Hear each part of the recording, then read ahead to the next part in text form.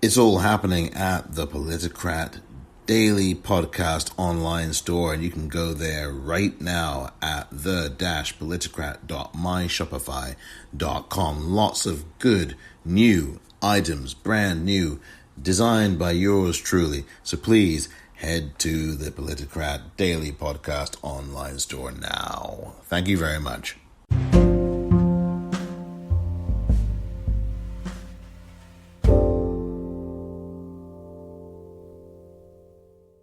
Welcome to the Politicrat. I'm Omar Moore. It is Friday, February the 26th, 2021. On this edition of the Politicrat, the United States of America 2021. Where do you think the country stands?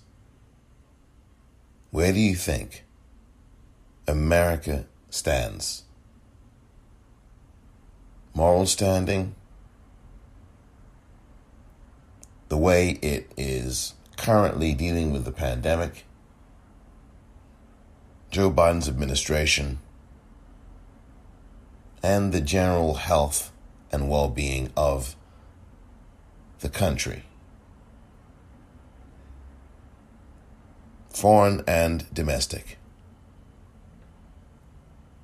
That is the general topic of this episode, coming up next.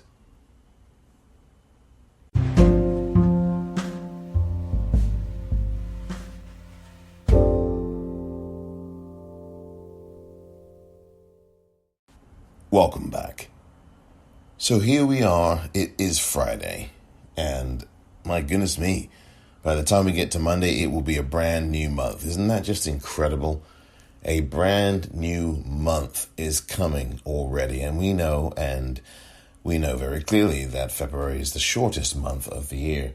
But Black History Year continues regardless, even if Black History Month comes to an end on Sunday, and it's just been a remarkable month. I think there's a lot that has happened as we start to drift towards spring in the next month or so, I suppose, although to many people in many parts of the United States, it's anything but spring-like in terms of weather as we go through all of the climate change and global warming that is going on around the country and around the world.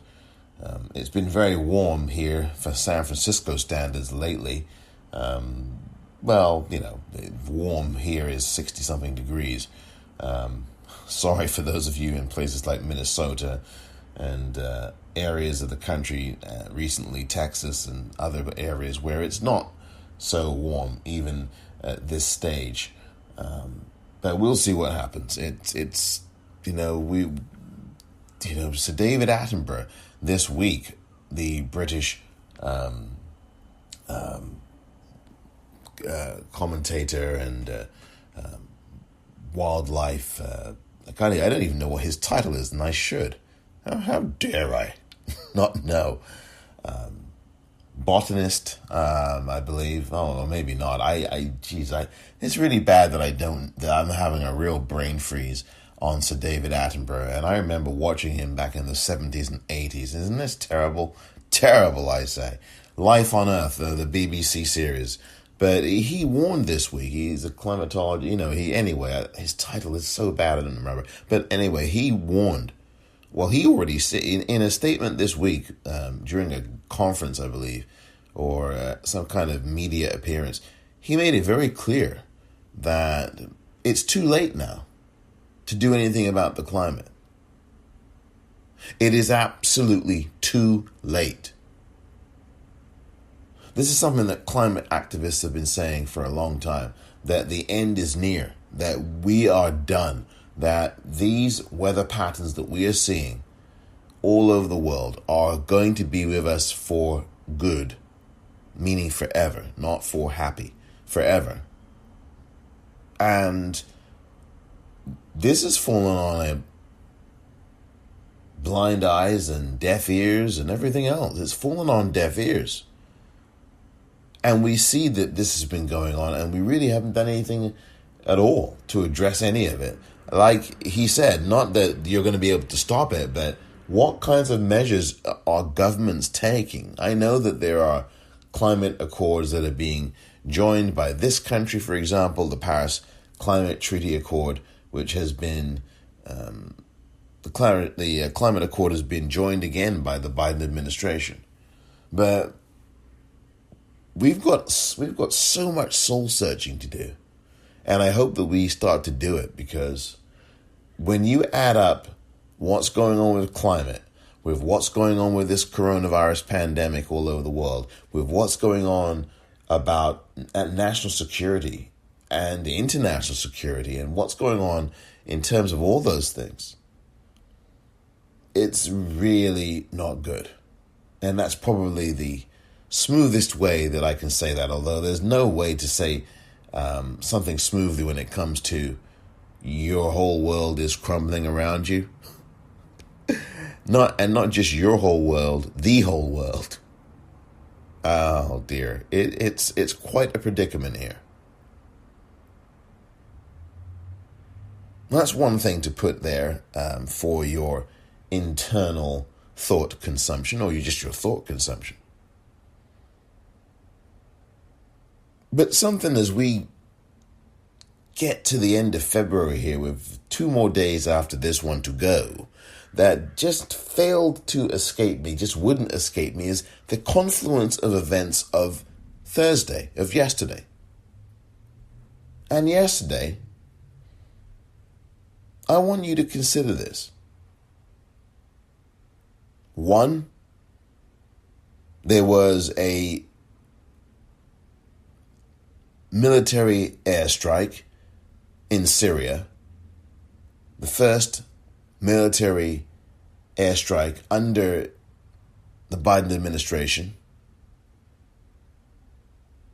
This strike killed 1 person and wounded several.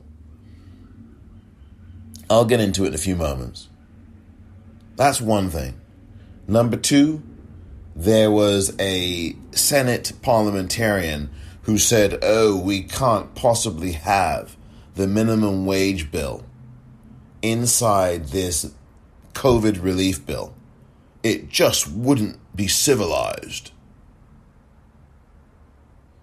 The minimum wage bill is a $15 an hour provision, which is something that has been fought for more than a decade, maybe 2 decades. That's 2. Number 3, there was testimony before a committee yesterday by a Capitol Police Chief, or at least the acting Capitol Police Chief, Yogananda Pittman. Pardon me for getting your name wrong, Chief Pittman. And in that testimony, which I'll get into, she talked about how these violent, she didn't say it, but I'm saying it the way that I'm going to say it, that these violent white thugs and terrorists have been now threatening, and that they, the Capitol Police, and she, the acting chief of the Capitol Police, Yogananda Pittman, have received evidence and a lot of chatter that these violent white terrorists are planning to blow up the United States Capitol building.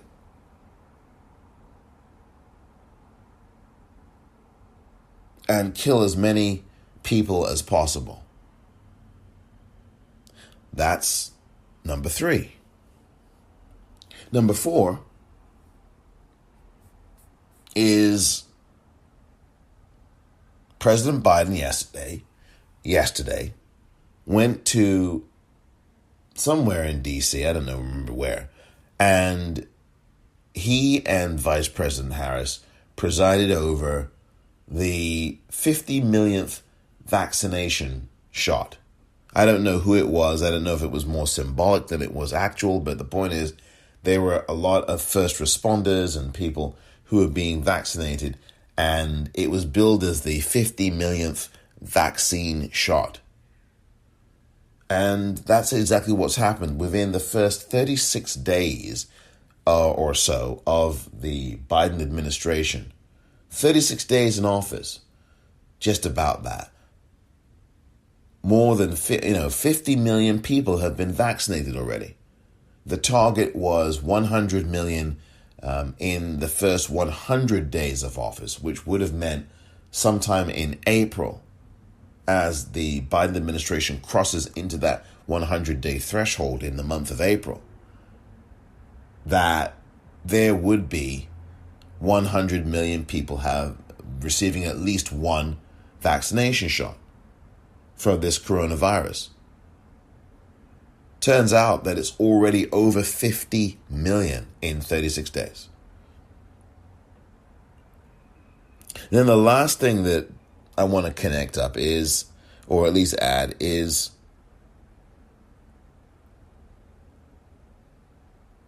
the Republican Party. And the fact that this party is now officially extinct. As far as I'm concerned, it's been extinct for a number of years, or it could be alive and well, and very much what it really intended to be these last 60 years. It is literally a party that has driven itself not into a ditch, but into a building. And it is a party that was on a railroad track, and it gathered speed and gathered more speed, but forgot to finish the end of the railway project that they were on. And the track that they've been driving on these last 60 years suddenly ran straight into a building that they did not look at or didn't want to look at. In fact, they probably knew the building was there. I want to just say that I mentioned those events, and I may not get into all of them in detail. I probably won't on this episode. But I want to orient your mind for just a few minutes into thinking about those things. Do you see any connection whatsoever between any of those events? Or are they just random, disparate events that have no connection at all? What do you think? I think what we are looking at here is a country that is A, all over the place, B, doesn't have a clue in terms of where it thinks it's going to end up, and C, a system that is working just quite well. Thank you very much indeed. Let's take one of these things at a time, shall we? I'm going to start with this military strike.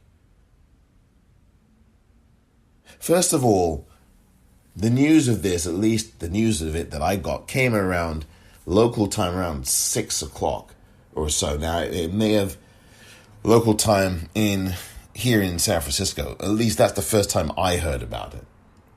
6 p.m. Last night. And when I heard it, I really shook my head, but was not surprised. Because sadly, that is what we've been doing now for so long. It doesn't matter the administration. And I know some people are going to say, well, it was in retaliation for this or for that. And a U.S. military personnel person was wounded. Okay, I mean, I understand you're doing this to defend yourself and defend your allies. That is something that the United States has been doing for a long time. But what the United States has also done is kill a lot of civilians around the world. And this is part and parcel of the U.S. foreign policy. Foreign policy is something that drives domestic policy. And that's why I connected these events, or that's why I am saying to you, dear listener, that there is a connection.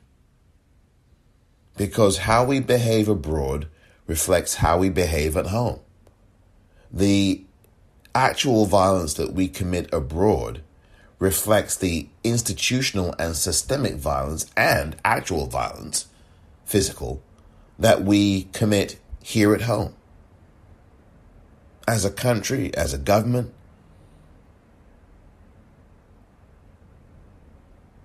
as people. I mean, this is a mirror. And I think sometimes we get so disconnected from foreign policy, and there's a reason. Americans are kept largely in the dark. I think many countries are kept largely in the dark about foreign policy, or at least the foreign policy designs of the nations that they are living in, the country they live in, or the government that's serving them or not serving them. And it's a very murky thing for those of you who don't pay attention, for those of us who don't pay attention to foreign policy matters. I can't say that I am 100% up on all the foreign policy designs that Joe Biden is doing. He loves foreign policy, President Biden does. That's his strong point. And I say strong, meaning for him, strong point. In other words, not that I'm saying that that's a robustly good thing, if you understand what I'm trying to explain. He is steeped in foreign policy is what I mean. He has a lot of experience in it. And I'm not commenting on whether that experience means that what has happened foreign policy-wise has been a good thing, because I would say that it has not. But when I'm talking about President Biden, what I'm talking about is his experience. He's worked on issues. He's been involved in foreign policy matters forever. And a lot of it has not been positive. Well, because a lot of things around the world haven't been positive. And the U.S. has aided and abetted so many gangsters, thugs, dictators, human rights violators, genociders that, I mean, my goodness, we'd be here all of next week with a laundry list of the lot of them, if that was our design. But I know you want to have a semblance of a weekend during a pandemic. So we won't go there. You'll be happy to learn. But that's what we've been doing here. The United States, we've been doing this for so long. This kind of very, well, this is not good. I mean, yes, if you're retaliating because Americans got hurt or allies got hurt, okay. But again, what I worry about, dear listener, is the one person who was killed. Was that a civilian? Or was that somebody whom was targeted with care and was actually someone involved in all of this kind of stuff that apparently caused the death of some people and wounded an American a few weeks ago? Earlier this month, actually. It was literally this month. It was February 12th or 13th or 15th. Are we going to keep doing what Dr. Martin Luther King warned us to stop doing? Or asked us to stop doing? Or said he would stop doing? You know what I'm talking about. I ain't gonna study war no more. Dr. Martin Luther King Jr. said that years ago. And it was also Dr. Martin Luther King Jr. who spoke of the triple evils of militarism, racism, and poverty. The triple evils. And I just mentioned at least two of them just before getting into this a little bit more. And the one I didn't mention was racism. And I learned yesterday of a journalist who has been treated with such disrespect, and the radio station in Los Angeles, KCRW, has such a toxic and racist environment that the journalist, and I should have mentioned her name, but I would like to speak to her, and I don't want to mention her name and start talking about this without her assent to, because I've tried to reach out to her in the hopes that I can have a conversation with her. She's already given an interview to a podcast where she outlines all of this racist treatment. And this is a public, so-called public interest, National Public Radio affiliate station.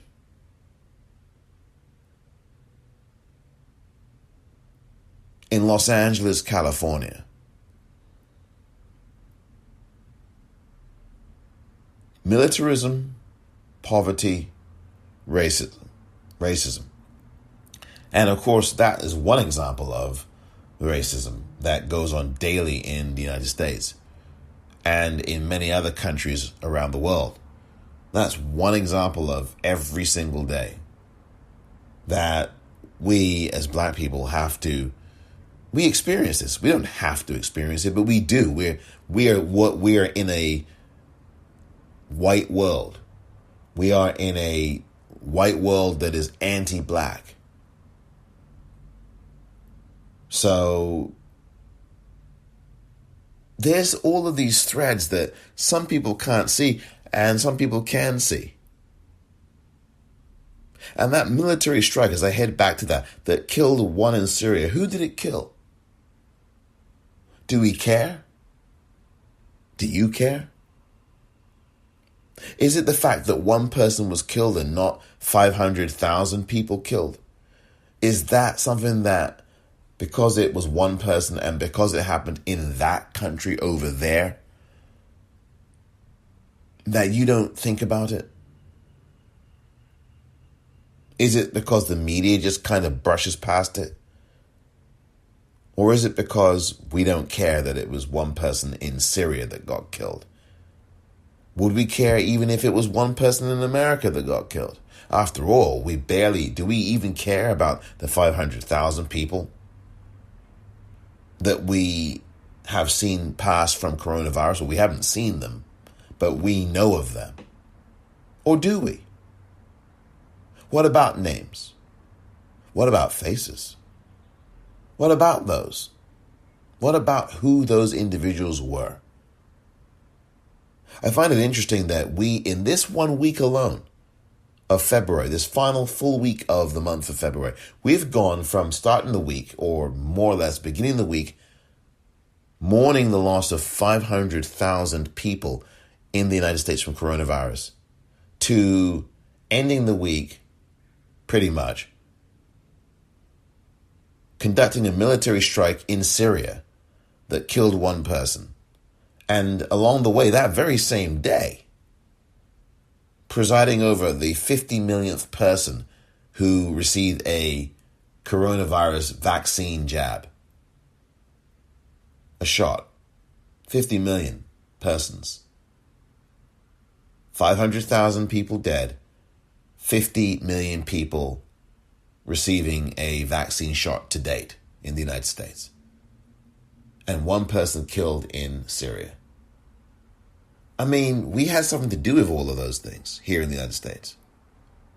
And this was 36 days into Joe Biden's administration. By the way, that's not the quickest in history. I believe it was the previous administration. Actually, that's not true. I was going to say on day one, but that's not true.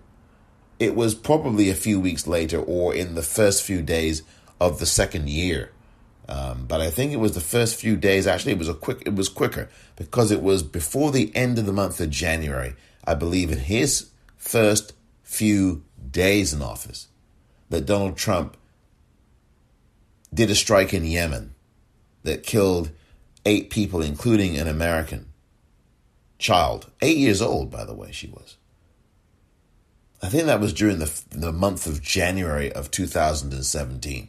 So he has he has President Biden beat by a good month.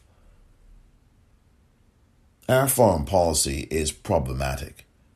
And President Biden knows that. And President Biden has been the architect, or at least someone who's heavily involved in foreign policy. That's what he loves to deal with. If you look at the history of our foreign policy, it is not a pretty history.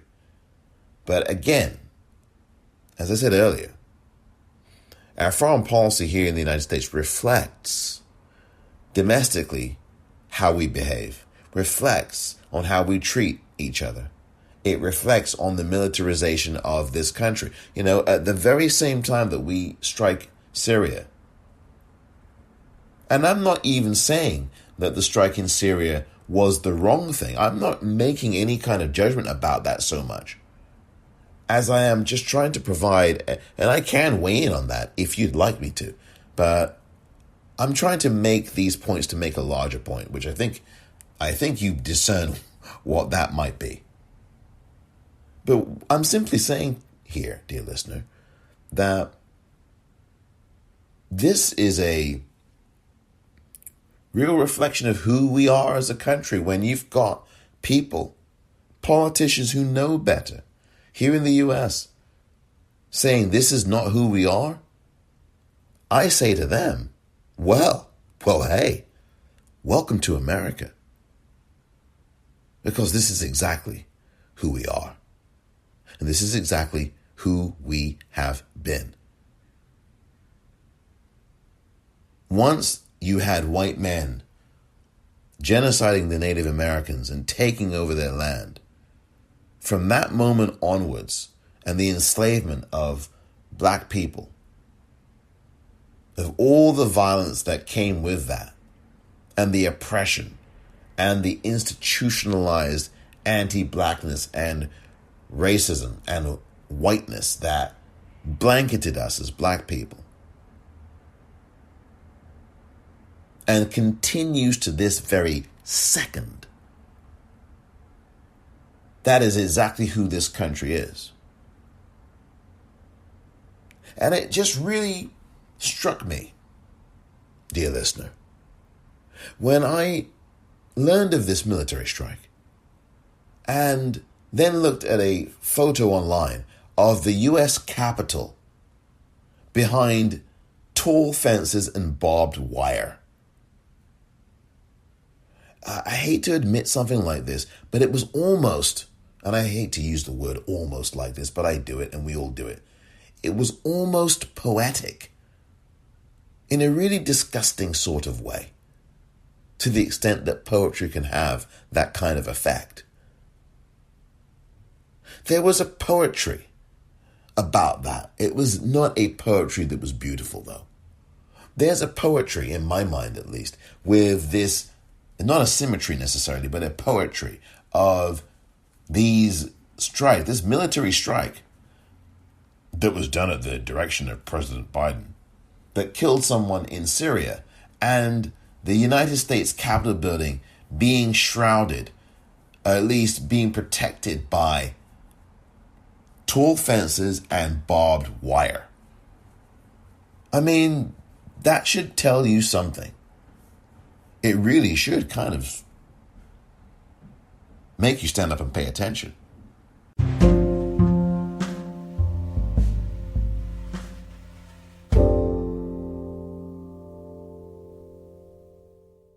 Welcome back. So yeah, you know, the foreign policy is tied to the domestic policy. I mean, it's a reflection of the domestic policy. And you may remember that last December or thereabouts, while nobody was looking or caring, the House of Representatives and the Senate, they swiftly passed in this bipartisan manner, since we're all about bipartisanship now once the Democrats get in and control things. This bill, this $740 some odd billion spending bill for the military, for defense, that got passed swiftly in the House and Senate. Quick, lickety split. Unanimously, pretty much. It was pretty much everybody voted for this thing in the House and the Senate. Voted yes. That money, boom, gone. Gone straight to defense, done. That took 2 minutes, literally, in parlance, 2 minutes. It did not take long. But here we are now. We're still trying to get a minimum wage passed for $15 that the Senate parliamentarians said, no, we're not going to have that. It's just so odious. And we're still trying to get a major COVID bill package passed. We're still trying. I know there was one in December or January or whenever it was. But my goodness me, the one that now is supposed to give you, what, $1,400 or so, or whatever it is. My goodness me, that is going to come to a vote. It came to a vote in the House today, and the House passed it. The House passed it. By the time you listen to this, they will have passed it. And it's supposed to go to the Senate sometime next week for a vote, so that you can begin the month of March with the Senate and House having passed this bill. And if the Senate vote to pass this, it becomes law.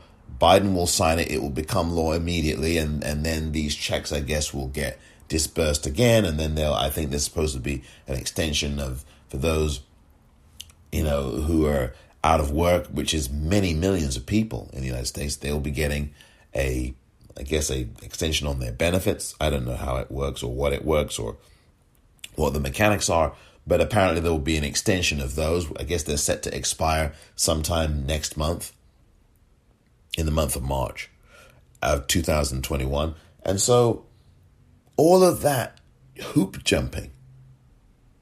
And this goes back to my point about Dr. King. The three evils: militarism, racism, and poverty. And the poverty part, where you've got so many millions of people homeless in this country, starving in this country, and even those who are not without a roof are going to food banks. And these are working people.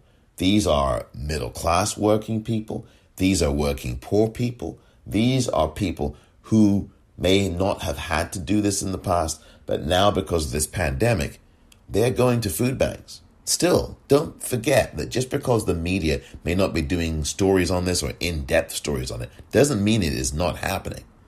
We are in a very media, TV-ready world that says we only see what's happening on our television, and what is happening is what is on TV. Everything that's happening is on TV, but that's not true. And the vast majority of people know this, but there are still some people who don't know it, who think genuinely speaking, that literally, if it's not on their television set, it didn't happen. Luckily, there's something called the internet. And even though that is fraught with its own issues, there is something called an internet, which may cover some things that did happen. And responsible news outlets are covering it. Or progressive outlets or other outlets that cover something that did happen, but maybe did not make your local news or your corporate news media in the national cable sense in the United States. But this triple evil that Dr. King talked about, how come it was a lickety-split passing of a bill for the defense industry, for the military, in December or whenever it was, $750 billion, lickety-split, but we can't get this bill passed for the American people. Why is it that it's taken this long? Huh? Say why. Why is it taking this long to pass a bill that will help millions of people, at least temporarily, boost them financially in the economy, will help the economy? Why is that? Why is it that it's taking these same politicians who rushed through a defense spending bill of $740 some odd billion, but we can't get this passed yet? We're still going into March and we haven't had a full vote on this yet. You're still haggling. How is that possible in a country that is so rich, the richest in the world, and you've got all these homeless people. You've got people who are homeless all over the place. Here in San Francisco, where the homeless situation is out of control, it has never been good here, no matter who has been mayor, no matter who has been governor. It spirals out of control. And maybe in your town, in your rural area, or in your city, the same thing is happening. And yet some people look down on the homeless with contempt. And there is no reason to. When you really should be looking up at the politicians who are still haggling and waggling over relief for you so that you can get another stimulus check or unemployment benefits extended, so that you can actually live with a semblance of, oh, well, here's some extra money because this is going to go to this bill. Oh, here's some extra money so that I don't have to take food out of my mouth and make sure that my kids get it because here's extra money. I don't have to now take food out of my own mouth because here, my 3 kids over here, they're now going to get some money from the government, and I'm going to put that towards them eating this month. I mean, there is an evil in that. There is an evil in that. And this is what Dr. King was talking about. And he ended up getting murdered for basically speaking about these things. Oh my goodness. He's gone radical now, that Dr. King. He's talking about military and he's talking about poverty and violence at the guy. Ooh, no, gosh. I mean, he was all right when he was talking about human rights and dealing with racism, but when he started talking about the military and oh my God, and the poverty and oh dear, we can't have that. And when he was down in Memphis, Tennessee, what was he doing? Standing up for the garbage workers, garbage strikers, who wanted fair wages, who wanted wages to be better. And here we are now, more than 50 years later, still trying to get to $15 an hour. I mean, don't you connect the dots with any of this? Does that not kind of float around for you?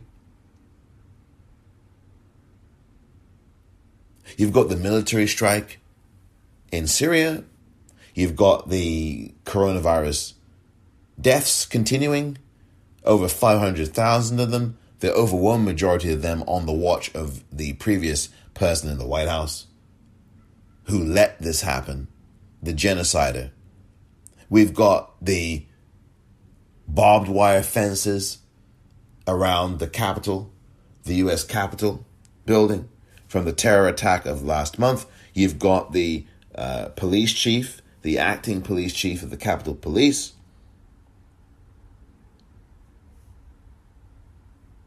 testifying that there's a real effort in place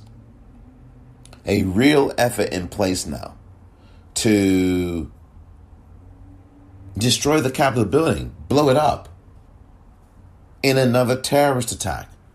They are trying to do to the U.S. Capitol building what terrorists did to the World Trade Center on September 11th, 2001.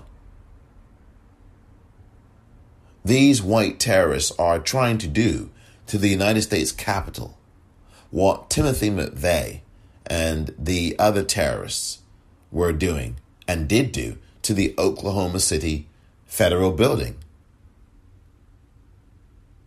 in 1995.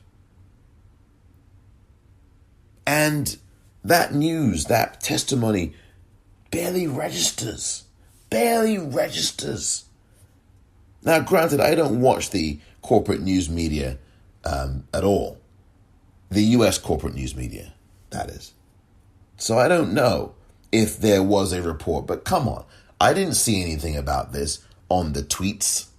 I didn't see anything about this in the online newspapers that I read. I didn't see it. I didn't see it.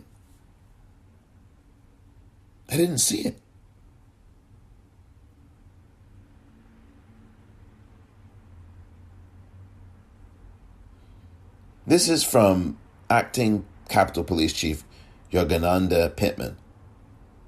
We know that, this is part of a statement. We know that she gave yesterday in a testimony before Congress. We know that members of the militia groups, they're not militia groups, they are white terrorists, okay? Again, I have talked so much recently, and I'm going to continue to, about language. And I'm not talking about languages in different countries. I'm talking about the American language, because American is a language. English is a language, but American is a language too. And I'm being a little bit facetious, but I mean something very specific about it. The language that we speak here in this country is a language of racism. It's a language of misogyny. It's a language of patriarchy. It's a language of violence. So we speak a very distinct language in America. We also have a language of love too. We speak that as well. We speak a language of forgiveness in some instances, but not, it depends on who we are forgiving, right? Because we might forgive, well, not me, and not you perhaps, but people out in the world of America, in the country called the US of A, the world, America. Oh yes, we do think we are the world, don't we?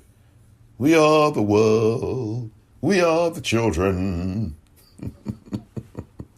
But what I mean is, this country is, some parts of it are so quick to look fondly at George W. Bush, the war criminal. Because somehow the rationale, I think, for some of the people who do this is that Donald Trump is so odious. Which he is and was and still is. But that doesn't give you license now to just jump to, oh, isn't he so cute? No, I know you're not saying that about George W. But I think that some people get a little sympathetic toward him. And empathetic because, he lost his father, who was another person who committed a lot of foreign policy horrors, to put it mildly. CIA director at one point, doing things that helped to end the lives of a lot of people in a lot of different countries. And some of their skin colors look just like mine, and maybe just like yours. But there's this cuddly, and I know it's media-driven in part, and Twitter-driven, and social media-driven in part, but there's this fondness for these people who did things to people in Iraq, who killed over, 1 million people in Iraq, who had these people in stress positions, Iraqi individuals, human beings in stress positions, in Abu Ghraib. I dare say most people have forgotten about Abu Ghraib. Does anybody remember Abu Ghraib? Has anybody remembered it? Speaking of foreign policy. But we gravitate so quick to these people. It's as if we're rushing to find something to give them a nice review on. It's as if, and I do film critic, I'm a film critic, and have been and still am, among the other things. And it's as if you're searching, sometimes film critics search to give a good review for someone that they like. So if it's Martin Scorsese, and I think there's 1 or 2 film critics that do this. I wouldn't say this is even general, but there are some that do this. And you can tell when you read their review that they're searching to try to give this person they like personally, and they like their work. They're searching to give their new movie a great review. And it's really not a great movie. Of course, that's all opinion and subjective. But they strain to give it a good review, and they know it's not a good movie. But they don't want to upset somebody. They don't want to stop getting their perks at a media company or stop being part of the in crowd with some film representative or some, director. So they've got to give this review. And they get wined and dined. That doesn't happen as much now because we've got a pandemic. And they get all this stuff, all the swag bags, all the stuff. But you're going to give us a good review on this, aren't you? Because we flew you out here. We flew you out here to the Hollywood lot, to the screening rooms of XYZ Studio. And you're going to get to watch our film. And We're going to put you up in a hotel, and we're going to get someone to rub your stomach and massage you. And it's like the happy endings parade, you know. And tomorrow, you're going to write this nice review for us. And voila, the happy review is the happy recap.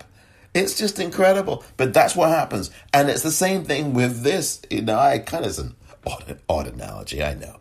But not exactly. Not exactly.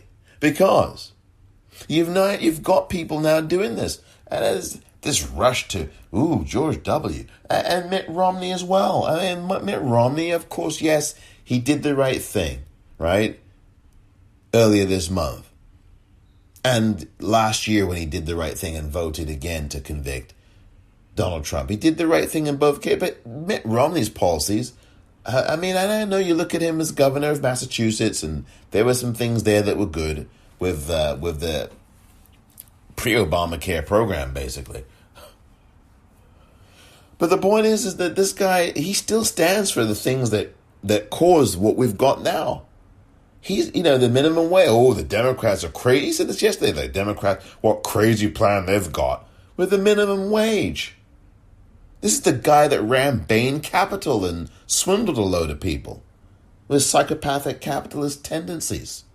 So let's look at the whole picture, and I think that's part of it. We're not looking at the whole picture of these people, including Joe Biden, who I have attempted over the last 12 months, almost 12 months, to give you a picture of, in case you didn't know about Joe Biden. He's been at this game for over 50 years now. He's been in this game for 50 years. Not over, about 50 years now he's been at this. And he suffered a lot personally. Family tragedies, and I mean, that's something I'm not denigrating him for that. What I'm alerting people to is that there's a whole history here. And the foreign policy is, what he's doing is consonant with what he's been a supporter of or been part of for 50 years. This is his bailiwick. This is his bread and butter. It's the foreign policy stuff that we don't get enough education on in this country. And that's no accident. It's not by accident. And so when Dr. King speaks about these three things, militarism, poverty, and racism, and then there are some people who get so shocked and upset. Even some black folk looked at him askance back then. Like, what? Some of the clergy looked at him askance. What? White clergy certainly did. They looked at him that way from 1963 onwards, from the letter from Birmingham jail. A lot of the white clergy, not every single one of them, but a lot of them at large did. And yes, some black clergy looking at him sideways for talking about military. What in military? What? Say what? Say who? Say what? Say what? Military? We're not going what?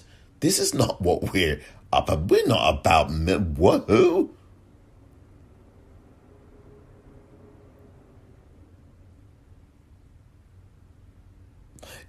Connect the dots. Eisenhower, military-industrial complex. I've talked about that. Connect the dots. Poverty. Richest country on the planet. And still, you hear the politicians talk about this all the time. We're the richest country on earth. And yet, look what we're doing. Look at how we're treating each other. Senate parliamentarian. That person, he, she, or they, is probably making a 6-figure salary or a 7-figure salary. Certainly 6 figures I'm talking 3, 4, maybe, I don't know, 2, 3, 4, $100,000 a year, comfortably, easily. And that person, he, she, or they, I think it's a she, but whomever it is, we're not going to have the $15 an hour minimum wage bill in this legislation for COVID because it's not suitable. Sounded like a blooming monarch.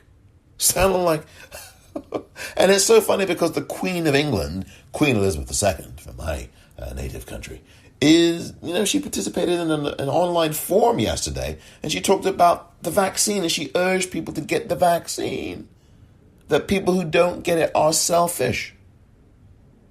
And speaking of selfish, my goodness me, the Senate parliamentarian, isn't that a little selfish of you? I mean, I wonder if the Senate parliamentarian said anything like that when it came to that $740 billion military spending bill that passed last year, in December of last year.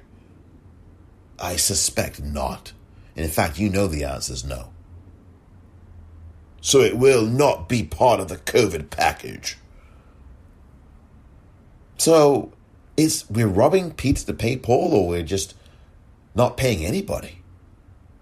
Because you're not paying anybody, are you? If you've got a minimum wage that's not $15 an hour.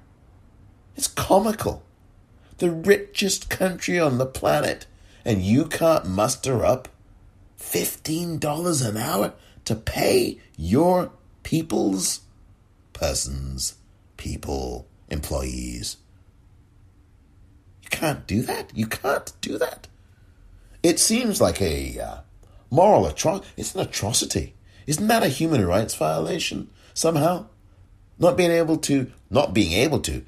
wanting to pay your workers $15 an hour. And that's not even very much, by the way. That's not even very much. It should be at least $20 to $25 an hour. I talked about this the other day. You've got CEOs making 400, 500, 600, 1,000 times, if not more than that, 1,000 times the salary of the workers who are slaving away, forgive my reference, who are toiling away is more like it, because they're not slaving away, they're being paid. But they're being paid peanuts. It's truly a human rights violation, is it not, n'est-ce pas? Is it not?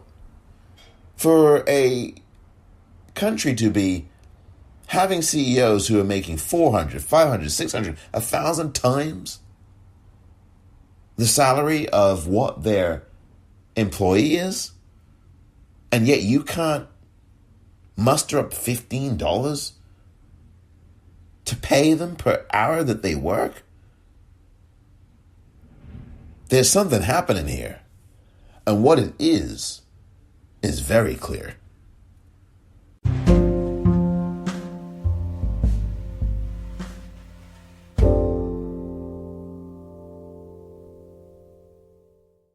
So we've got this situation, and I think the summation of all of this is we really have to be aware and be educated and really start to look at what's going on, not just nationally, but locally. Because these are things you can easily connect the dots around. You know, we've still got so many people who have not got this vaccine, who are eligible to get it, who should be getting it, black, brown, native peoples, who should be getting this vaccine. There are people who are jumping ahead of the line.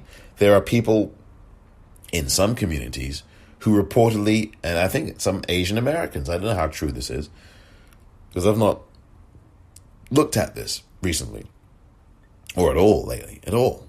You know, that who are jumping in the ahead of the line. Whether they're Asian, whether they're white, whether they're whether they're rich is really what it is. They're jumping ahead of the line. The rich are jumping ahead of the line. And you've got black folk who aren't getting this vaccine. I know there's skepticism, but why? Stop saying there's skepticism. I'm kind of answering my own thing here. Talk about the decades and centuries long U.S. government experimentation on black people, on native people, on brown people. Can we talk about that before everyone just casually throws around, oh, there's vaccine hesitancy and skepticism? Can you actually do a little bit of educating of your viewers? Can you do some education? Can you educate your viewer and tell that person or persons that this isn't vaccine hesitancy or skepticism. It is the fear based upon centuries of experimentation by the United States government, by the medical profession on black and brown and native persons.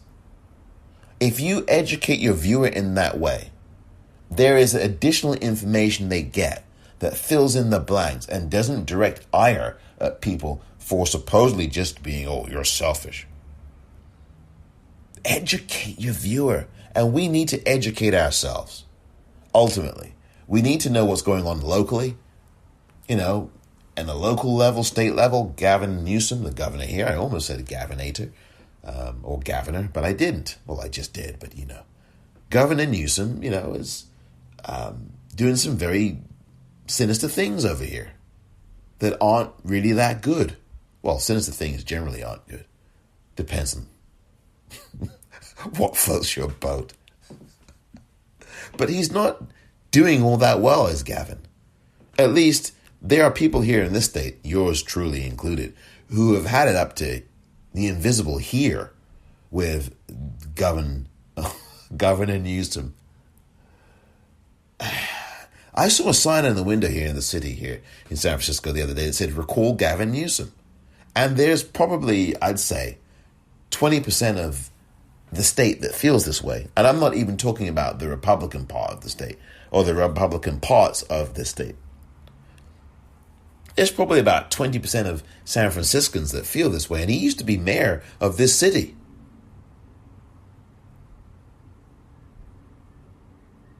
But that's another discussion. I don't intend to linger on I almost said it again, on the California governor. I'll just put it like that. But all of these things are connected, and we need to look at what's going on the local level, what's going on at the state level.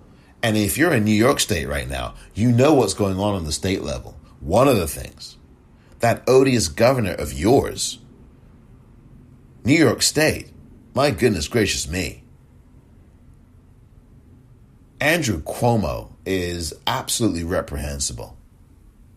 Absolutely reprehensible he is. And all the clowning around with his brother on CNN and last year, I don't know if he's doing that anymore. And these, and I think I mentioned this in an episode this week, the sexual harassment, the threatening of an official. This guy should not be the governor right now. He should absolutely have been tossed out of there. And he should be facing criminal investigation. A, for the harassment, the sexual harassment that went on by him and people in his circle, that has been chronicled in such detail this week by Lindsay Boylan, who I follow on Twitter and she follows me. She ran for office in the last couple of years. Please follow her on Twitter. LINDSAYBOYLAN.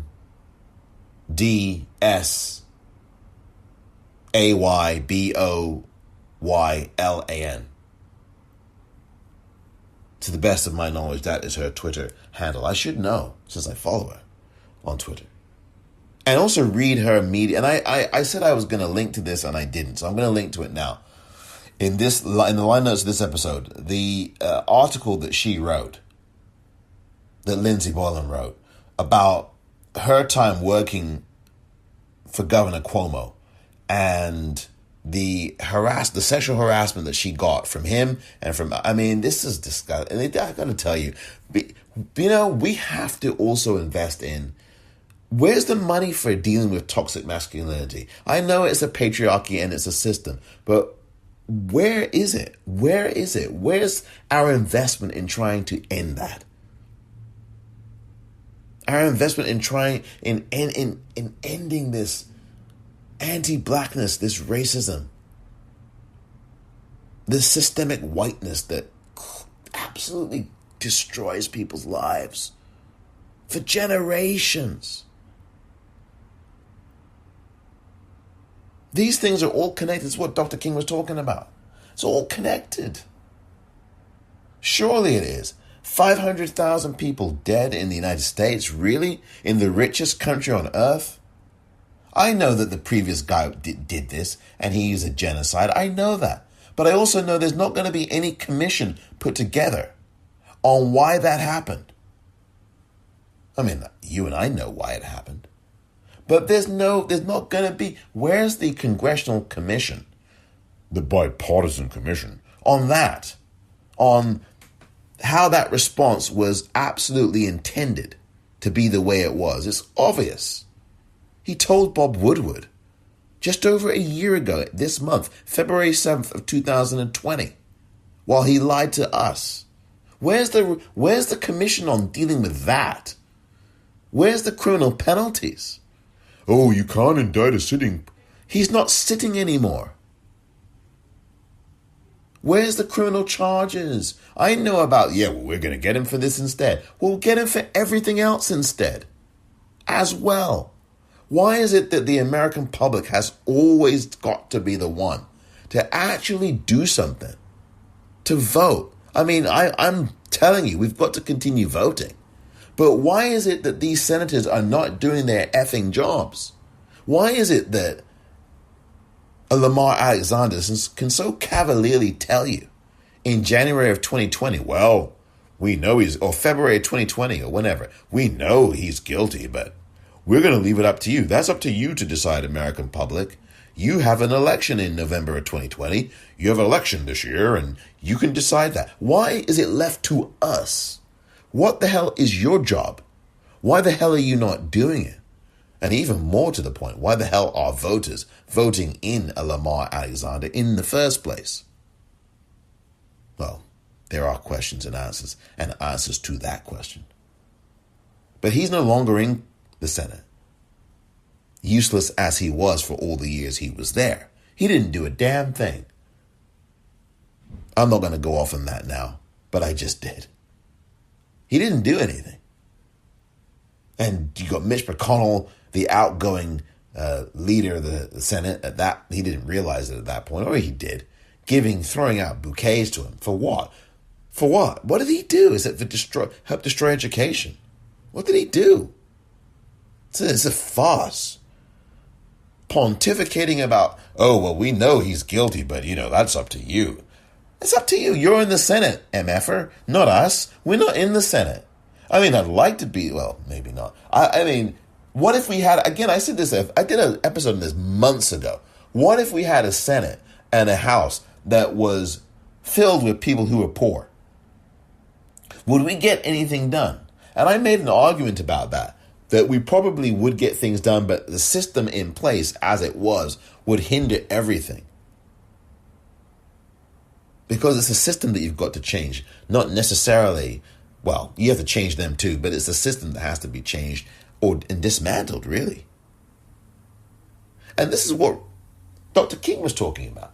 This system of militarism, poverty, racism, this war machine that he talked about, that Eisenhower talked about, the military industrial complex. This is the thing that we've got to deal with and eradicate, right? But the reason why you had that bill passed in December, lickety-split, the $740 billion, is because that's the military industrial complex. It's because that each and every one of those politicians is getting money from defense contractors for their campaigns. That's not cynicism, that's the truth. Go to opensecrets.org right now and you start searching for all of the senators and the contributions made to them and their campaigns. I dare you to see if you can't find a military contractor or a defense contractor on there. A Lockheed Martin, a Raytheon, a McDonnell Douglas. I can go all the way down the list. Northrop Grumman. All of these politicians get money from these people, from these defense contractors. So why would anybody be shocked that that bill went through lickety-split?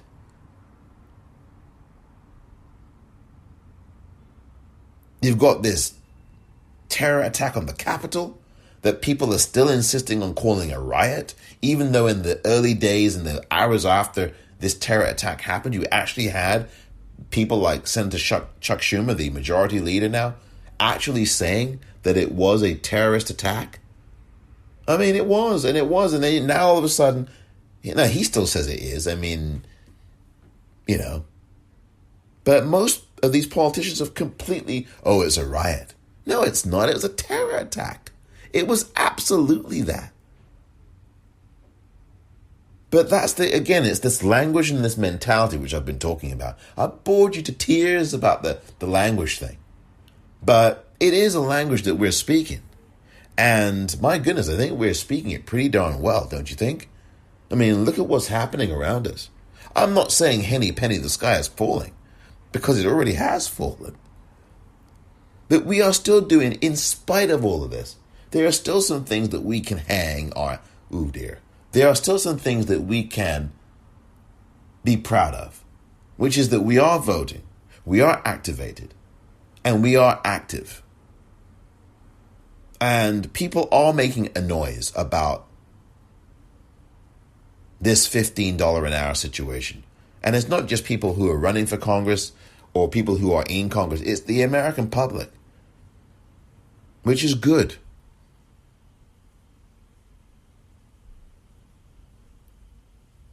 I think most people are wearing masks, which is good. President Biden cited this in the speech yesterday at the 50 millionth vaccination shot.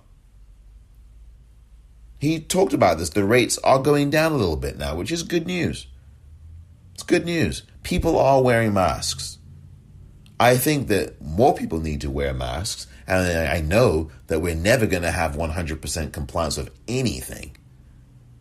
But it is good that the American public seems to be getting it, even though there are new variants of this virus, including here in California.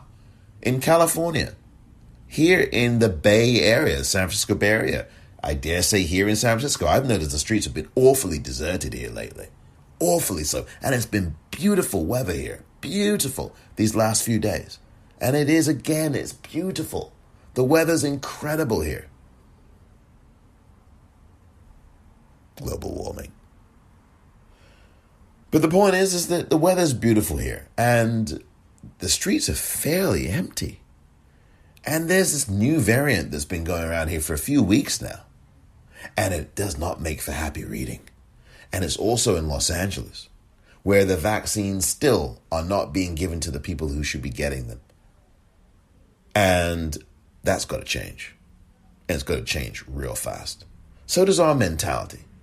Because although there are some good things that we are doing, and there are some good things that give me reason to say, okay, and also President Biden too is, I think largely, aside from this military strike, and I know it was a retaliatory strike, but still, I think he's done a good job so far.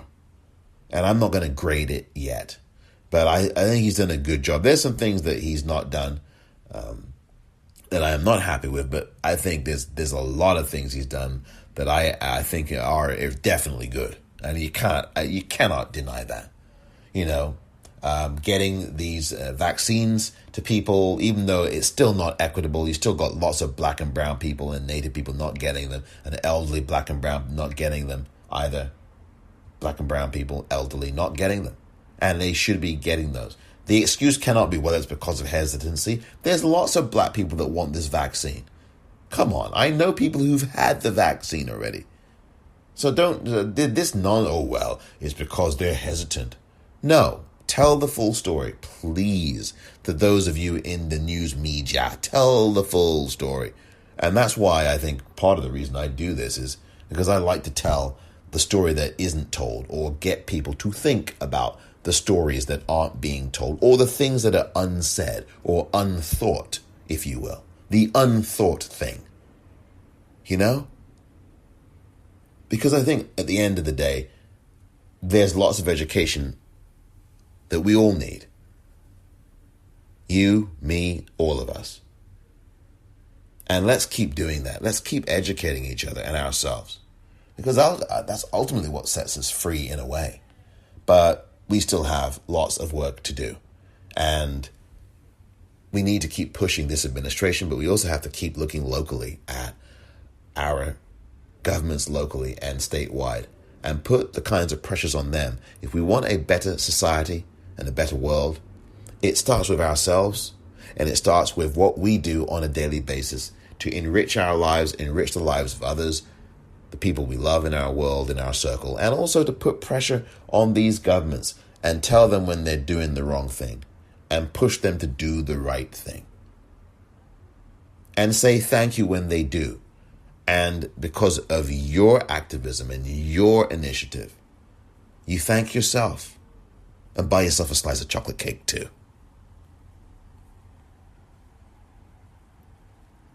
Thank you very much for listening to this edition of the Politicrat.